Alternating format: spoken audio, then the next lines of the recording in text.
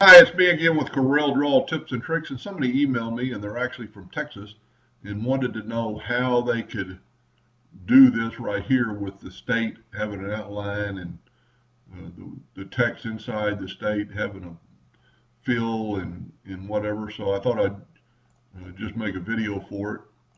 We're going to get rid of this one, and we're going to bring in this one. So all I did was get the shape of Texas, an outline, it's a hairline, and then the text or the font, and take the Texas and left click, right click, and then you could move the Texas part wherever you wanted. I'm thinking about right in there would probably look the best. And then what you do is take your Smart Fill tool and fill in these parts of the letters, and it will stop at that line.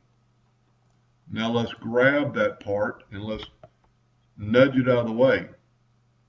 Now let's take all of this. Well, let's do this before we do that. Let's take the virtual segment delete key, and we're going to, one thing you have to do with the text, you have to go to object and convert it to a curve before the virtual segment delete key will work. And then just delete the other lines you don't need. Now we're going to take it all, and for the video I'm going to make it a little bit thicker so it shows up. I'm going to make it 12 points in black so it will engrave, and then just cursor this back up, and there you have it. That will engrave quite nicely and have an outline for the word of Texas and have it off. They're doing it for, I think, for a name badge.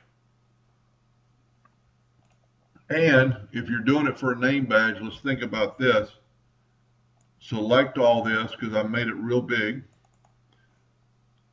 We need to scale with object. Make sure scale with object is selected. And then you could group this together, Control G, and then you could make this, if it's going to be for a name badge, you could make it as small as you wanted it to be, and it would still work. Anyway, I hope that helped a little bit, and thank you for watching.